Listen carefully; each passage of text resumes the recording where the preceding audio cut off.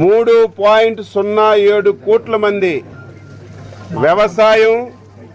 వ్యవసాయ అనుబంధ రంగాలపైన ఆధారపడినటువంటి విషయాన్ని ఈ సందర్భంగా తెలియజేస్తున్నాను.